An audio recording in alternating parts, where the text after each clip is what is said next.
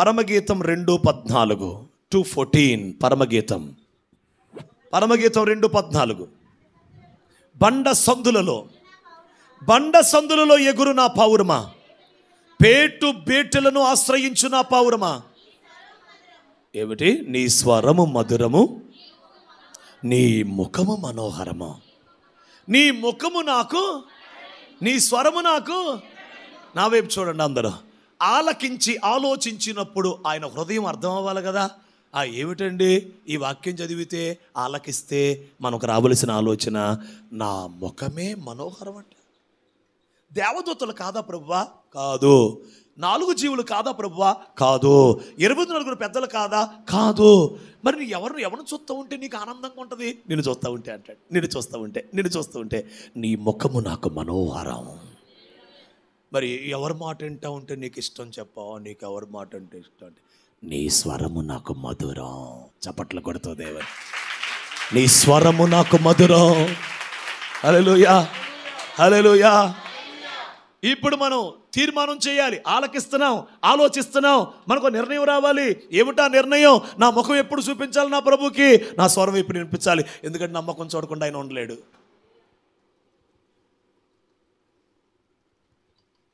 ఓ ఆడపిల్ల కానీ ఒక మగపిల్లోడు కానీ అంటారు ఏమనంటే, ఇంటికి వెళ్ళిపోవాలరా, మా అమ్మకి నిద్ర పట్టదు.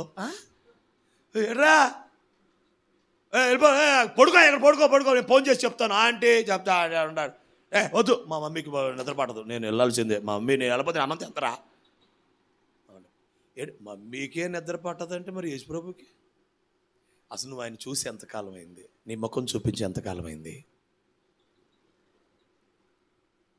ఏంటండి, అమ్మా నాన్నల కంటే నేను గొప్పడు కదా? నీ ముఖం చూపించి ఎంతకాలం అయింది? నీ స్వరం వినిపించి ఎంతకాలం అయింది? నీ స్వరం కోసం తప్పిస్తున్నాడండి. ఎవరికైనా ఒక ఫోన్ చేసి మనం ఎంతో ప్రేమించే వాళ్ళకి ఫోన్ చేసి నెల అయిపోతే, నెల అయిన తర్వాత ఫోన్ కోసం స్వరం వింటూ ఉంటే ఎలా ఉంటుందండి? ఎలా ఉంటుంది?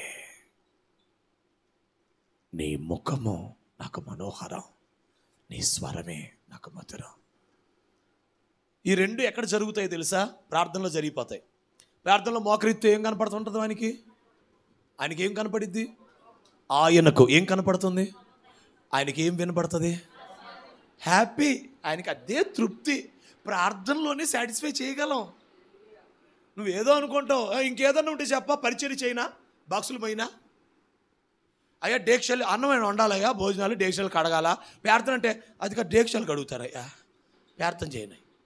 డేక్షలు కడిగేటప్పుడు ఆయనకి ఏం చూసి అనుకోడు ఆయన. బాక్సులు మోసేటప్పుడు లేకపోతే పరిచయం చేసేటప్పుడు చేసేటప్పుడు కాదు నాన్న.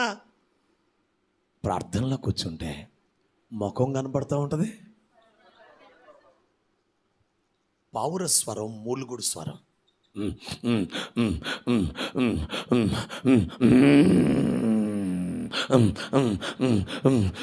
ఇక ఇంతే.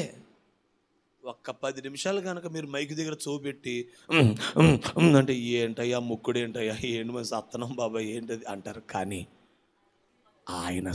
ఆయనకంట ఈ పావురపు మూలుగే ఆయనకి మధురం. నీ ప్రార్థనలో నీ స్వరం కోసం చూస్తున్నాడు దేవుడు. నీ వాయిస్ వినాలని ఆశపడుతున్నాడు దేవుడు.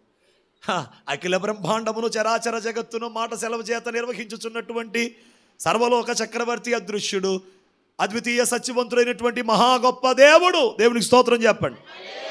హల్లెలూయా. అసలు ఎవరండి ఆ రాజు? మన ముఖం చూడాలనుకుంటున్నాడు, మన స్వరం వినాలనుకుంటున్నాడు. మన మోఖం ఏంటి, మన స్వరం ఏంటండి? అదే భర్తలు ఎన్నిసార్లు అన్నారు, మాట్లాడబాకు, నేను వినలేకపోతున్నా. కానీ యేసు ప్రభు అంటాడు, నువ్వు మాట్లాడకపోతే నేను ఉండలేకపోతున్నాను అంటాడు. భర్త ఏమో మాట్లాడబాకు, ఇక ఆపమన్నాను, స్టాప్, తట్టుకోలేడు. మీరేం తక్కువ భర్తలు కూడా. ఇక వద్దని చెప్పానా గొడవ, నువ్వు మళ్ళీ ఎందుకు ఎత్తుతున్నావు మాట, నాకు వచ్చేది ఇరిటేషను, నేను వినలేకపోతున్నా, ఇంక మాట్లాడద్దు అమ్మో. కానీ యేసు ప్రభు ఏమో, నువ్వు మాట్లాడకపోతే నేను ఉండలేకపోతున్నాను. భర్తలు భార్యలు ఓడిపోయారు సార్. నీ వాయిస్ అంటే సిరాకు వచ్చేసింది.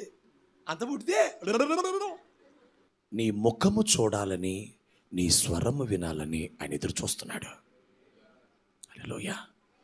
కుమారి ఆలకించి ఆలోచించు, వాక్యాన్ని ఆలకించి ఆలోచించు, వాక్యాన్ని చదివి ఆలోచించు, నిర్ణయాలు చేయి. అది ఏమి కోరుచున్నాడు నీ ప్రియుడు? కొడి పార్శ్వమున నిలబడిన సంఘము ఆలకించాలి, ఆలోచించాలి, ఆలకించాలి, ఆలోచించాలి. దేవుడు ఏం చెప్తున్నాడో అది చెయ్యాలి. అంతే. ఆ ప్రియుడు పక్కన ఎత్తబడే సంఘముగా నువ్వు ఉండగలుగుతావు. హల్లెలూయా. దేవుడు నిశ్చయంగా ఆలకించే కృప, ఆలోచించే కృప, దాన్ని పాటించే కృప దేవుడు దయచేయునుగాక.